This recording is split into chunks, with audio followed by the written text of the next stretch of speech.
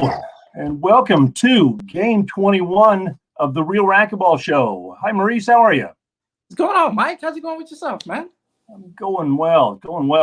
Good. Had a really good, hot, sunny weekend. Good Father's Day.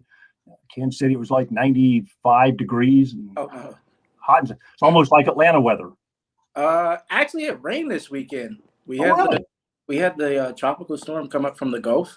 Yeah. It was raining pretty much all day Saturday, and it was just like cloudy-ish on Sunday. The Father's Day was pretty cool, though.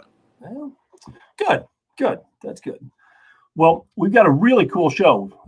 Got a couple good guests to come on. They're going to talk a little bit about the championship coming up, the qualifier coming up, and so it'll be kind of cool. And, speaking of fathers, I understand it was your first Father's Day. It was. Congratulations! That's really cool. Yeah, I appreciate it. It was surreal. Saturday, people started wishing it on. I was like, oh yeah, I get this. Oh yeah, because it's I know it's coming up, but it's different when people start wishing it to you. Yeah. Because she turned 5 months on Saturday, and so it was great. Yeah, she's everything I live for right now. I love her. That's amazing. Yeah, thanks, man. I appreciate it. Such a cool time. Yeah. It changes your whole perspective on everything. Makes Father's Day a different look at it differently. Absolutely. You definitely see it different. I mean, obviously, I wished it for my dad all the time, but we got to spend it with family, and that's all I really wanted for my first one. Cool. Well, that's very cool. Thank you. We'll just belated Happy Father's Day to all the fathers out there. Absolutely. All right. Well, let's jump in. As I've said many times, my favorite topic. We get to award the Real Racquetball Champion. Mm-hmm. And this month's Real Racquetball Champion, we had thought was going to have a chance to join us and come on and talk about her successes and all the things she was doing to grow racquetball and all of the 25 years she's been teaching and playing and doing all those good things. And we got notice today that she wasn't going to be able to join us. And I'll tell you that the reason why was the perfect reason why, and why it is Wanda Collins from Bellington, West Washington, is not able to join us because she had a Racquetball 101 beginners class to teach tonight and chose to teach that class rather than come in here and talk to us.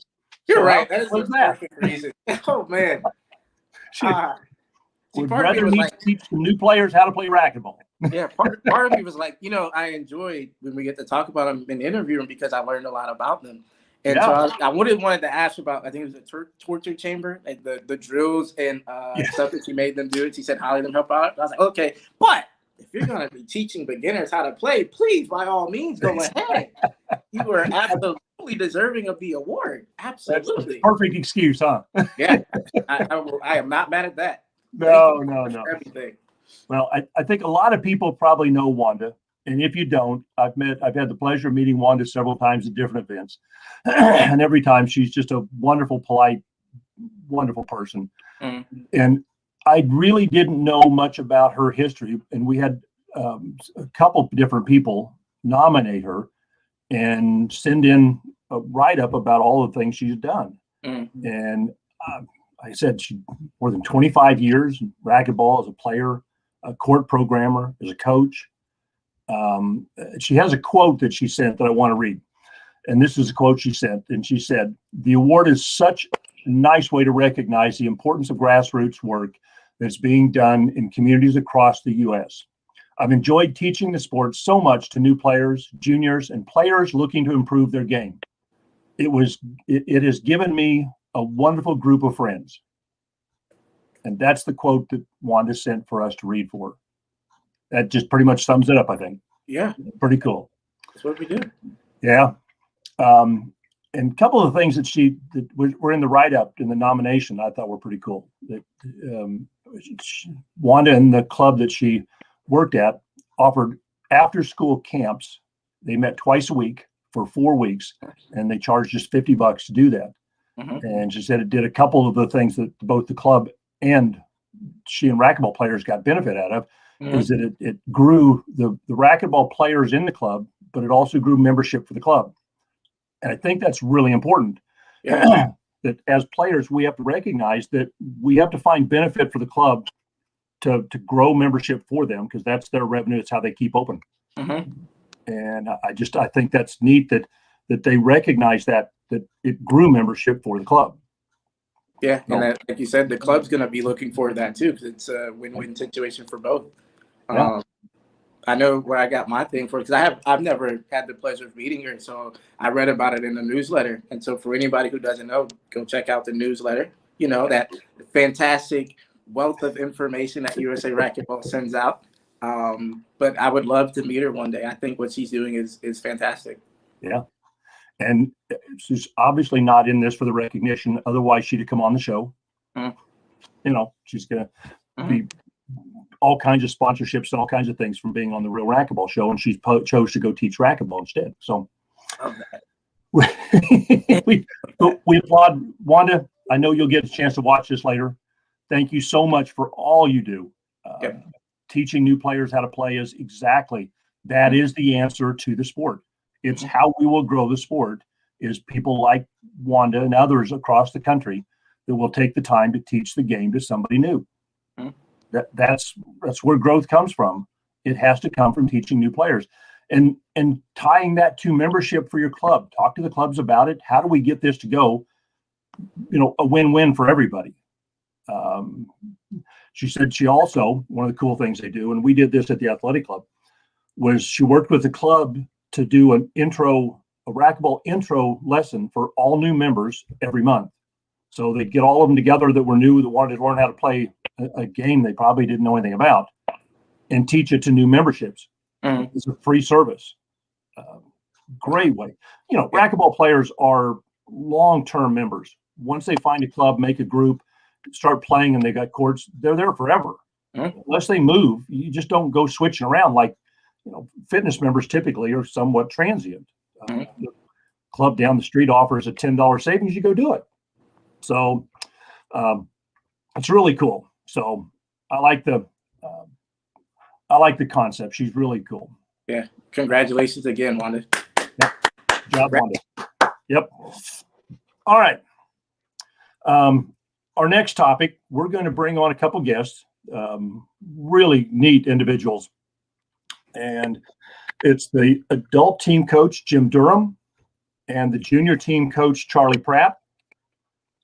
Jim, Charlie, welcome to the show. Hey, guys. Hey, thanks. Good to be here. Hi, Maurice. How are you? Go on, man. Charlie. Hey, hello, everyone. Yeah, thanks for having us on. Good. And just so everybody knows, Jim is out in the wilderness sitting in his car on his phone. So if he jumbles or locks up a little bit, it's understandable. He's out bicycling somewhere in beautiful USA. So we'll give him a little leeway on his video. Lake Tahoe Wi-Fi Association, I guess. It's probably not a 5G setup where you are, probably. Yeah. But that's all right. It's. I'm jealous that you're out there doing that. So Very cool.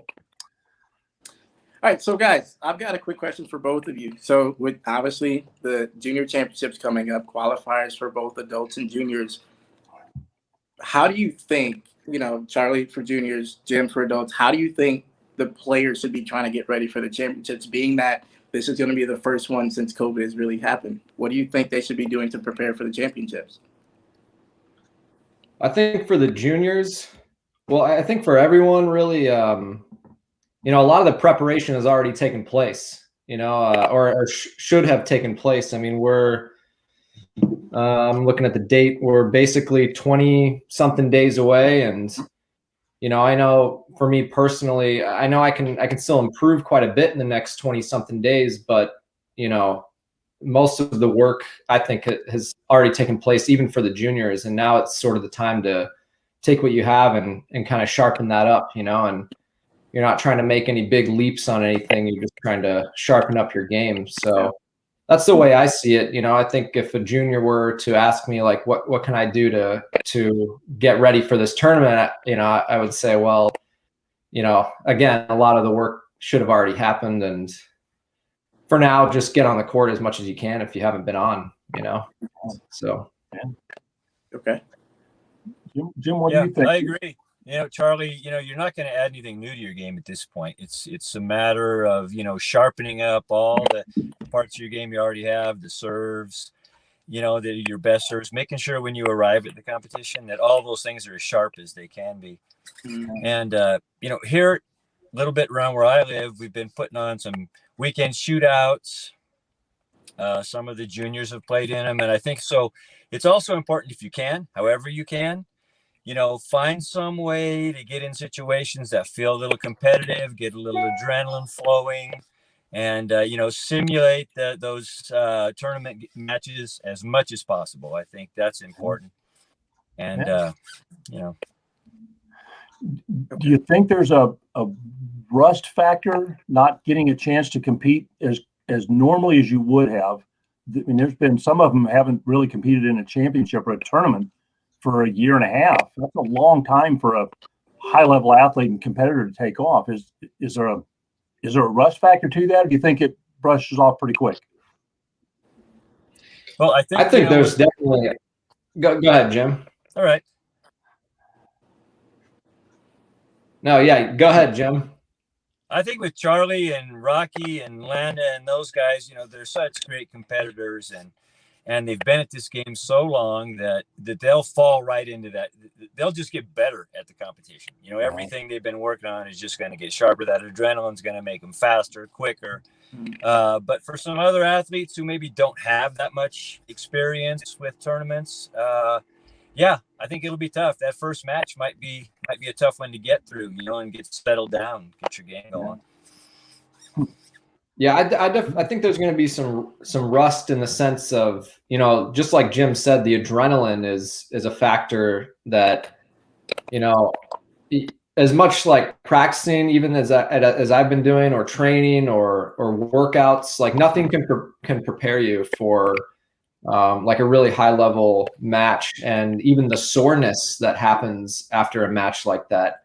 Like I could spend hours and hours practicing, and same in the gym, but it's like there's something about that competitive adrenaline that really like wears you down in a way, and then the mental part of it too.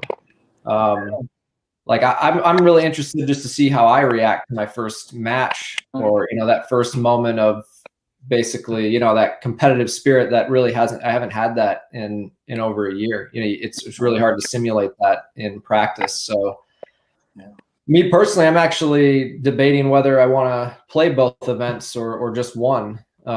If I were to just play one, it would just be doubles. And because I don't know, I really just don't know how my body is going to react. Like if I have a tough singles match right off the bat, whether I win or not, that might set the tone for the rest of my tournament physically, that in a negative way that I don't really want, just having been off for so long. So I'm kind of in that spot where I have to decide, one event or two events, at least for me personally. Yeah.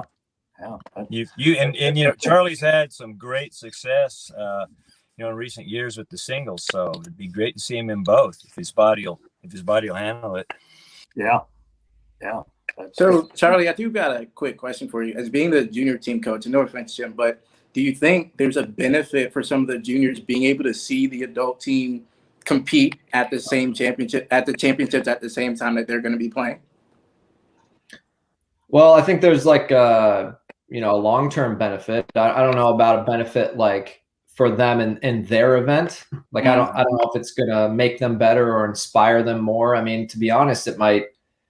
Some of the players might make them nervous knowing that I'm trying to put myself in their situation. If I was a junior, I was 15 years old again. And then, the guys that were playing, when I was that age I guess it was still Rocky and Sudsy and so all the same ones, but no, it's like if I knew that those players were also playing in the junior nationals and I was going to get to watch them, and then they maybe were going to watch me, I don't know how I would handle that. As a junior, I think I would definitely be nervous. So there's going to be some of that. I don't know how much the adults are going to be around watching the juniors. I have a feeling that they're going to peek in and they're going to be interested in it.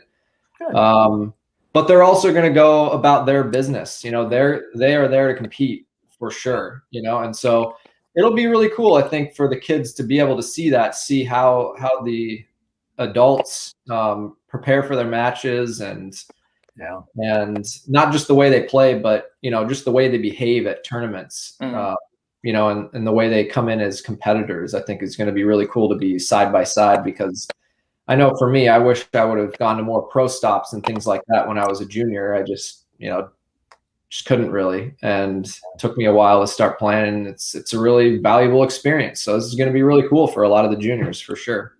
Yeah.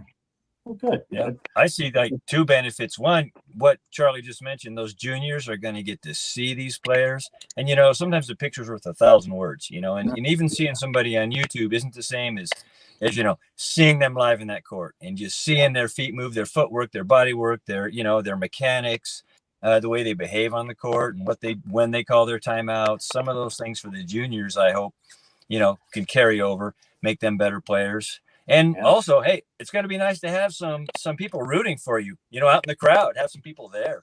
So, getting excited. Nice. Okay. I'm looking forward. I think from my perspective, I think the juniors will get a lot of what you just said, Jim, that it's different watching it up close live and having those same athletes in the tournament that you're in. It's just, it's different hearing that game next to your court and then go watch that. I think it'll be inspiring and hopefully drive some of those younger players to go, wow, I want to do that someday. And they're already the top of their game at their age, but there's still a pretty good difference between that and where, Charlie and Maurice and all the other athletes are at. I would hope it'll be inspiring for them. That thought of, maybe some of them haven't had that thought of, I want to be on a national team when I'm older. Maybe that hasn't really occurred. And then they see these guys playing, and all of a sudden it becomes, a goal, something to shoot for in the future. And so it'd be nice if that happens as well. And that's kind of the long-term impact I was sort of referring to with Maurice's first question. Is, I don't know if it's going to affect them right there, but they're going to see it. The cool thing is we're all fighting for the same spots on the U.S. team. It's not like combining it with just a pro stop where the pros are essentially paying for a paycheck. We're playing for the same thing that they are. We're trying to make the finals, and we're trying to win doubles and make the U.S. team. It means a lot to us, and it means a lot to them. And you're gonna see that in every match, and every when it starts getting into the semis, you're gonna really start to feel that pressure and the competition, and it's gonna be there all the way from 10 and under all the way to us, me and Maurice. If you're gonna be there, it's So, I think there's an aspect. Already wants a jacket made for himself. Hey. Yeah. Brandon, I need that. He wants that jacket. Well, I also think there's an element to it that the juniors may see or may already recognize. I don't know, but that they can play this sport for a long time. That you look at some of the players they're going to compete for the Team USA that have been Team USA members for a long time. Sudsy and Rocky are the first ones to come to mind, but I mean those athletes are top of the game. They're some of the best in the country. Mm-hmm. And the juniors can look at that and go, wow, I can play this for a long time and make a career of it or do it as a second thing to do. But I think that's inspiring for the juniors to see that this isn't, you're going to play this for 2 years and then I'm done. I want them to see that I can do this for the next 15 years, 20 years. So I want them all fighting for a spot on Team USA for the next 20 years. We want that. As a country, we need that. It is amazing how, Sure. It is. Our competitors, they're amazing. The team, the guys, what they're doing at 40 years of age. And it's inspirational. It's inspirational for us older people as well. It is. Yeah. It's one of those things in awe that, and for, an athlete like Sudsy that took a big chunk of time off and came back and got into shape well enough to compete and be on Team USA. That's just incredible. So I mean that's an inspiration even for me. It's like no offense to Sudsy. Thanks, Sudsy. Like now I know that I might have 10 more years in me or something. You Yeah. know? That's kind of cool to think about. At least in doubles. It is. Yeah, Mm-hmm. it is. So that's pretty cool. Well, I want to thank you guys both. Appreciate you taking time out of your evening to come on the show and talk a little bit about this. I think there's a lot of the juniors and hopefully some of the adults that are really intrigued with what's going to transpire in a few weeks. And I think you guys have added some insight into what they can look forward to and what they can see there. So that's really cool. Appreciate you guys both coming on. Thanks, guys. I appreciate it. Thanks, Mike. Yep. Thanks, Maurice. There are going to be some Have a great good matches, evening. everybody. Tune in. Absolutely. You bet. Thank- That's pretty cool. That's cool. That's neat. I don't know. I hope everybody's excited about this as I am. It's been a long year and a half of waiting for things to open up, and now to finally have a chance to go watch all of the top athletes in the country get together and compete for Team USA at all ages. That's pretty cool. That's USA racquetball stuff. Yeah, So. I've never been to a junior nationals, so this would be, if I'm able to go, this would be the first one. I'll be like, this is gonna be interesting. Yeah, I've been lucky and gone to a couple of them now, and have just really been impressed at what great athletes, how good players are, at such a young age. Yes.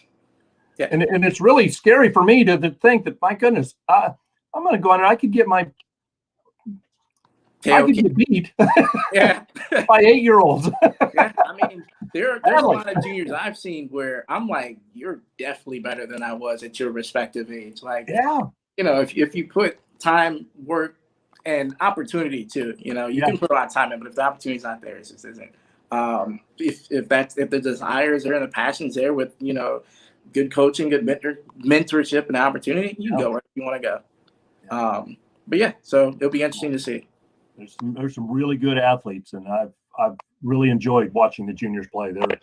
They're amazing. And they're what's coming for the next 5, 10, 20 years. Absolutely. So it looks good. All right. Well, again, we want to thank Jim and Charlie. Appreciate you guys coming on. Thanks, guys. These schedules. Really appreciate it. Okay. I know that you've had some people reach out to you and ask you some questions. So we've got a little bit of time. Let's go through and see if we can answer a few of them here. So let's answer some of the goodie box questions. Okay. All right, Stuart, go ahead and throw it up. Let's see. First one is, Mike, you're not living in Colorado Springs, and that's where, you know, USA Racquetball is based out of. How do you manage the staff, Zoom, and Teams? You know, how do you do it? And okay. And then so I've gotten that question a fair amount during my time as the executive director, and it's not ideal. I mean, a perfect situation. It's not the perfect situation, but it short of my uprooting, you know, my wife and family and everybody moving away from all of my family, it's just not feasible. And COVID's really proven out to a lot of businesses and a lot of industries that you don't really have to be in an office to be functional. And pre-COVID, I was with the staff for a week every month. If we weren't at a championship, I'd go to Colorado Springs and spend a week there every month. And with Zoom and Teams, we spend a couple hours every day communicating and on Zoom meetings and those type of things. So I think it works really well. And the benefit for USA Racquetball is when they go do a search for an executive director, they're not limited to just Colorado Springs or the people that are capable of moving to Colorado Springs. You can look across the country. You can truly pick from what you believe to be the best candidate, as opposed to just who has the ability or is in Colorado Springs. So it opens it up. But like I say, I miss being in office. I would love to be in the office with the staff all the time. I think that's the perfect situation.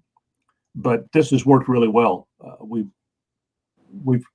do a really good job of working together from distance.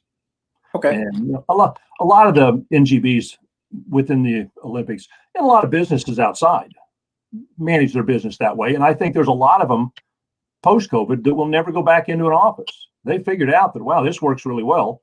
And you can save an enormous amount of money by not paying rent and all of the things that go into an office. Okay. So it works out really well. All right. So, well, another question we've got for you.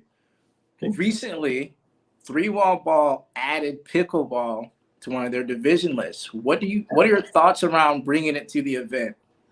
I think it's really intriguing. I think, 3-Wall Ball is one of those events that they have racquetball, handball, and paddleball anyway. It seems natural that pickleball's, grown in popularity just immensely, and nobody can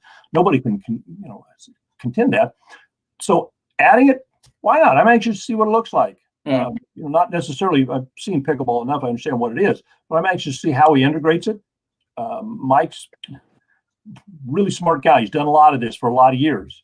If he didn't think this was going to add to the racquetball aspect of it, he wouldn't do it.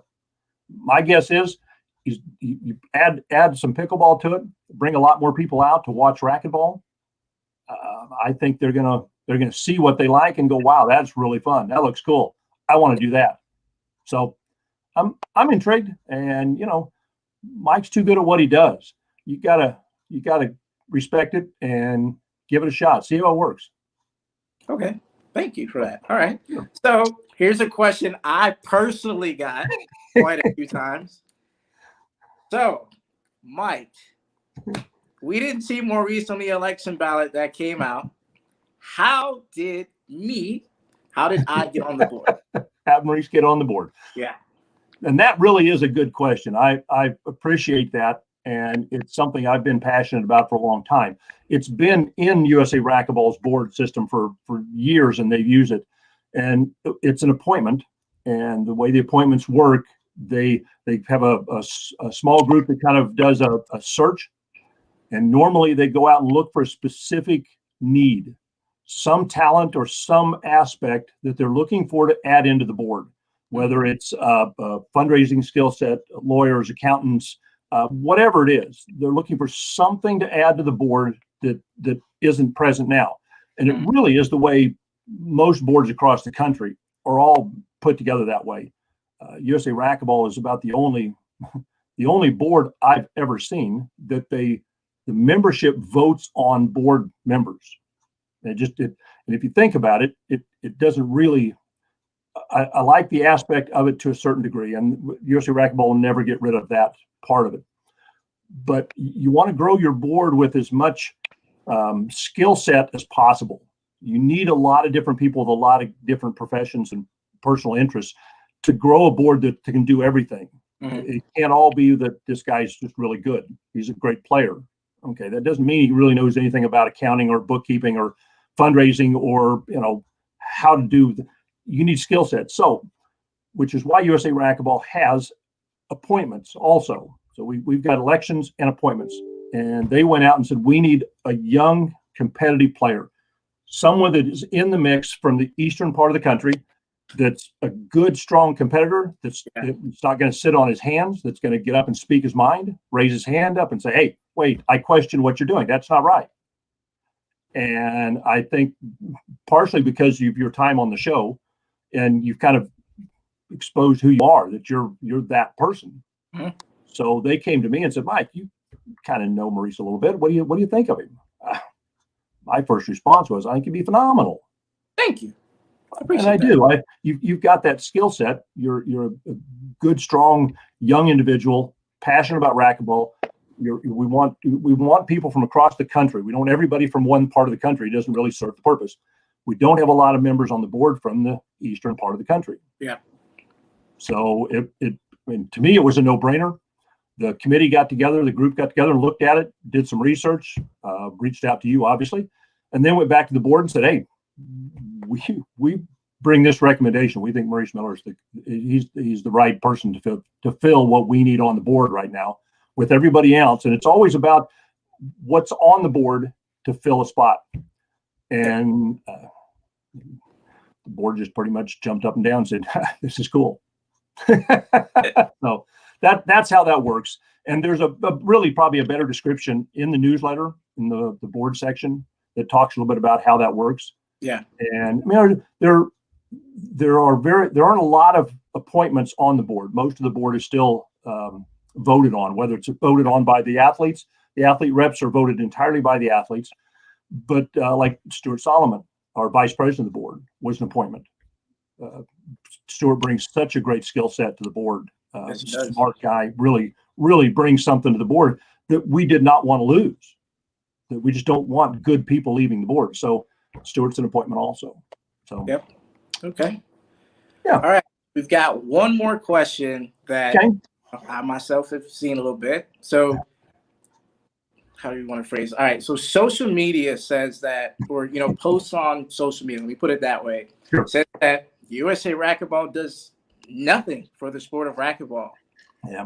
How do you feel about that statement, and how do you respond? Well, I'll tell you, I'm gonna temper how I'll respond to it, because my actual response probably wouldn't be appropriate. Okay. But, Let's how you're going to respond. Because what USA Racquetball does for racquetball, and anybody that would say that USA Racquetball does nothing for racquetball is living under a rock. They truly have no concept of what's going on in racquetball or the world in general, because USA Racquetball really does. It's not the perfect organization. We've been struggling for a long time financially. We would love to have 10 people on staff doing thousands of things. We would have so much outreach and so many things being done. That's not the environment we live in. We have to work within reality, not dreamland. See, social media gets the benefit of living in dreamland. You can say whatever you want, turn your computer off, all's fine, no big deal. USA Racquetball and the rest of us live in the real world. We actually have to do things based on the budget we have, much like your budget, my budget, those kind of things in my house. I want a Lamborghini. I don't have one because I can't afford it. We would love to have a lot of things in racquetball, and there are so many things we would do. If they had a chance to see all of the plans that I've drawn up, the board's done, got a lot of really smart people. They're not doing the things that they aren't doing because they don't want to. Yeah. We just have to live within our means. And we stretch those means as far as we possibly can to do everything we possibly can. And the biggest things, if you look at the document that was put together, the Futures Racquetball group has been a phenomenal group since they've started. And they put together this flyer that says, "We are USA Racquetball." Kind of explains out all of the key parts. Not all the parts catch everybody's attention. Some people will look at Team USA and think that's an absolute waste of time and money. Why on earth do you spend any money on Team USA? It's very few people. They travel across the country. It's waste. Others, it's their entire passion. They donate thousands of dollars because they believe in that part of USA Racquetball. Tournaments, the national championships, the software investment we make in R2 is very substantial every year. We maintain that and keep that going. International racquetball. Without USA Racquetball, the international racquetball world, just my opinion, would either not survive. I mean, we are a huge part of international racquetball. Not as huge as we were in the past, but still, USA is a huge part of that. Team USA supporting the team, travel, club promotions, the USOPC being part of that is a huge part. The rules of the game make it consistent. Rankings, I don't know. It's just what brings everything together. And, I'm first one to say it's not perfect, but there are a lot of really sharp, really dedicated, smart people working really hard to do everything we can with what limited means we have, and to try and find new ways to grow what those means are. How do we increase our budget so that we can, from my perspective, from the executive director, I need more staff. So that's what, if we have that, we can do a lot more outreach. We can work better with the states. I completely want to rebuild what the state system looks like. Work better with the states. They're unfortunately kind of out there on an island right now, and we do what we can to support them, but we're also trying to run everything else that we're required to do. So it's kind of a long answer to your question, but there's so much what the USA Racquetball does, and we depend so much on volunteers. All the board members, you as a new board member. Yeah. I mean, you're going to be on committees and you're going to do a lot of work as a volunteer. All the board, we've got. I demand. I get so much work from the board members. So many of them put in so many hours. Some of them it's almost a full-time job for. Thankfully, they're retired and they volunteer that time. And without them, we couldn't survive with what we have. but we got a lot of really good plans, and it truly, now that we're coming out of COVID, it's going to get better. It really is. So Good. I understand the question and I appreciate it, but I mean, it's a hard one to answer, knowing how many people work so hard all the time and still get that question that you guys don't do anything is tough. Yeah. It's just a tough one. I appreciate the fact that you said it's long, but I think the more information and detail as far as you can go, obviously without breaking some things, it's good to get that information out. And that's why I ask these questions. And so that's why we ask every show, please send your questions, because, whatever members or non-members want to know, if they want to know, that's the point of the show. The point of the show is to get to real racquetball. I know, sometimes I've gotten some comments where they don't feel that way, but okay, if you've got suggestions, send them to us, because at the end of the day, we're not perfect, but we can do our best to try and make it as best and better that we're going to be. And so I know you, I, and everybody in the background, Stuart, Connor, everybody's committed to it. And that's why I love doing this, and I'm going to keep doing it as long as you all allow me to. Well, I'm official now, so I ain't got a choice. but that's why I love doing it, and I'm going to keep doing it. Yeah. Yeah. And I appreciate that. And I, again, will say, I appreciate your volunteering to be on the board. That's one of those things that if you don't like the way it is and you really feel that you have something to offer, there are opportunities to help. Even if it's like what Wanda does, you don't have to join USA Racquetball to help grow racquetball. Yep. You can just do it at your own club. Grab a junior, take somebody on, teach them how to play racquetball. Yeah. That's really how we will grow racquetball. It will be within the clubs. Yeah. It will be people that we don't even know who they are at this point. Those are the ones that will help grow racquetball. The ones that take, instead of coming on the show to get a pat on the back because you did a great job, instead of doing that, just teaching new player how to play racquetball. That's how we grow racquetball. And then have them bring a friend. And that's the thing, you teach them, and maybe they got a best friend or a couple friends, like, hey, I just learned this sport.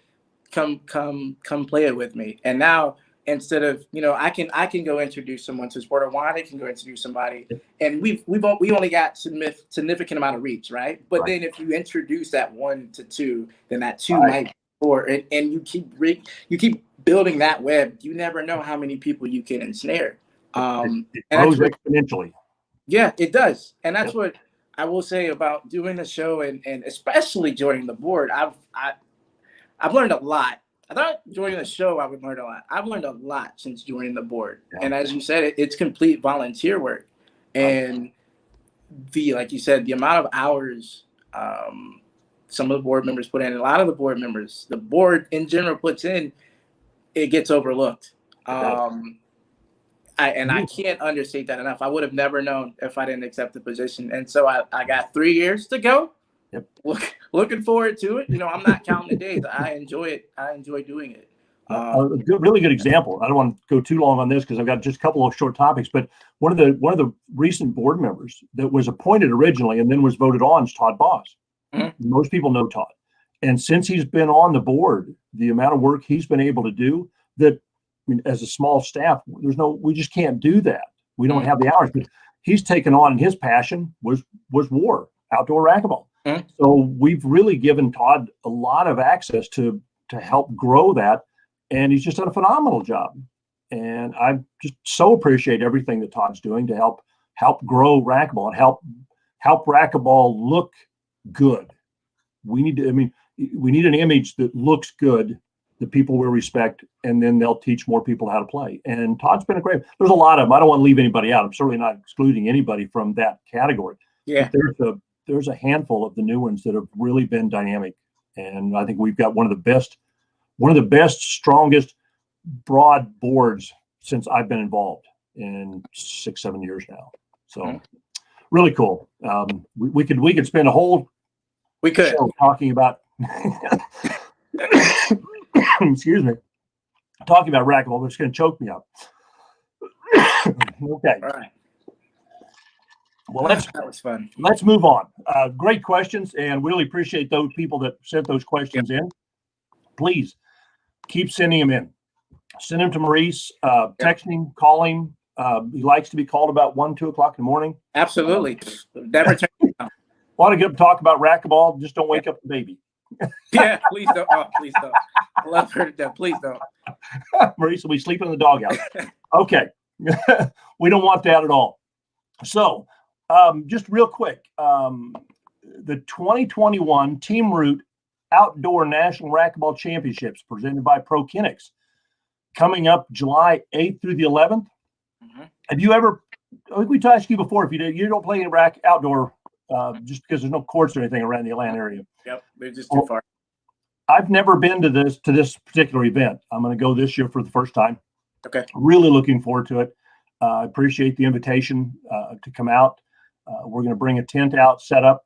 We're going to do some drawings, and we've got some giveaways. So for all of you that are going to be in Huntington Beach, come stop by the tent, say hi. Love to meet you.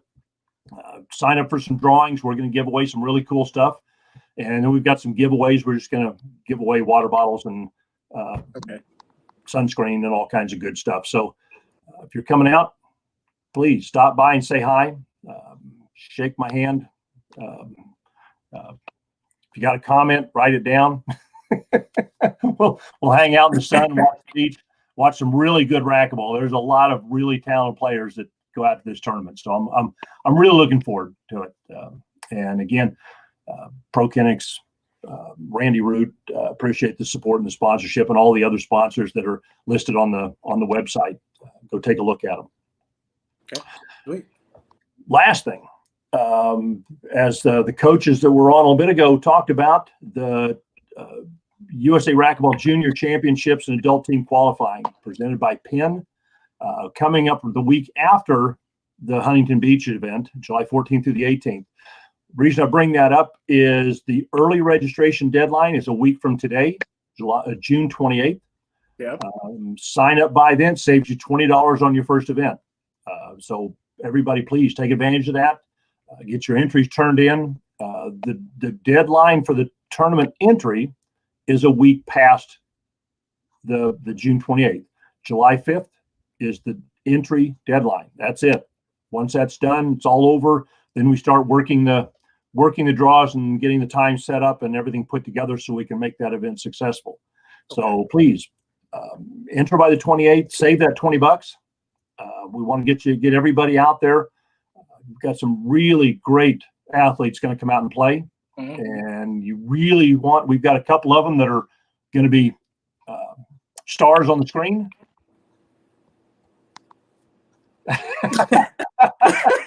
There we go.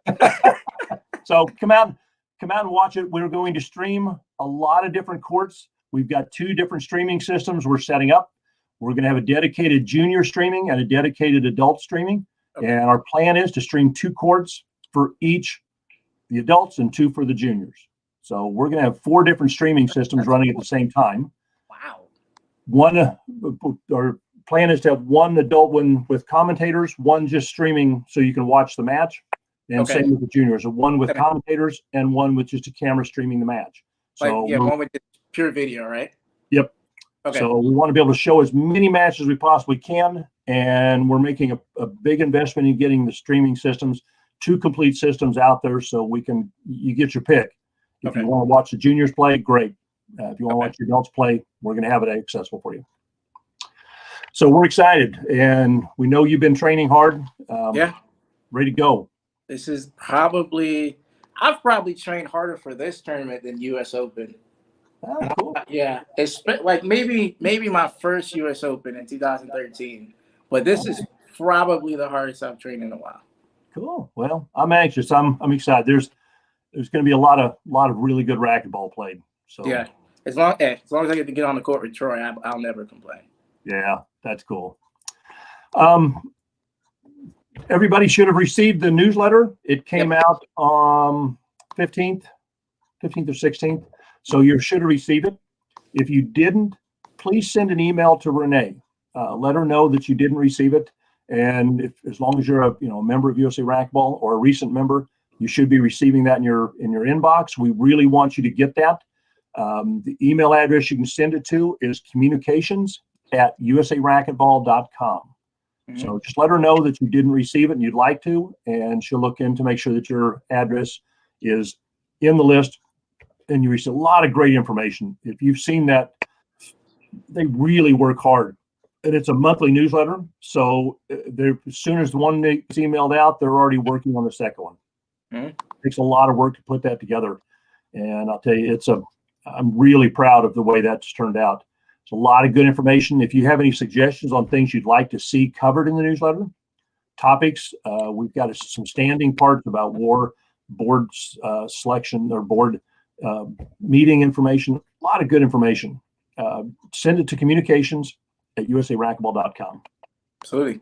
And please share the feed. Share the feed.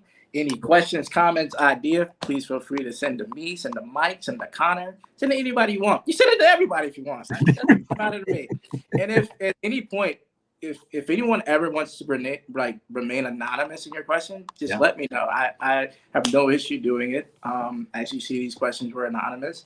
And please, we just want to do the best that we can. We want to bridge the gap between USA Racquetball and our members. That's the point of the show, and I'm going to do as much as I can for it. And the comment we get the most is the lack of communication. So we're looking for new ways to communicate. The show, the newsletter, all of those are new ways to communicate to get information out the best we can. So tune in for game 22. The Real Racquetball Show, it's going to be July 5th. So everybody should be, resting up, recovering from the 4th, all the celebrations. Tune in and watch the show on the 22nd or on the 5th, game 22. Other than that, Maurice, it's been a fun show. Absolutely. Thanks for having me, Mike.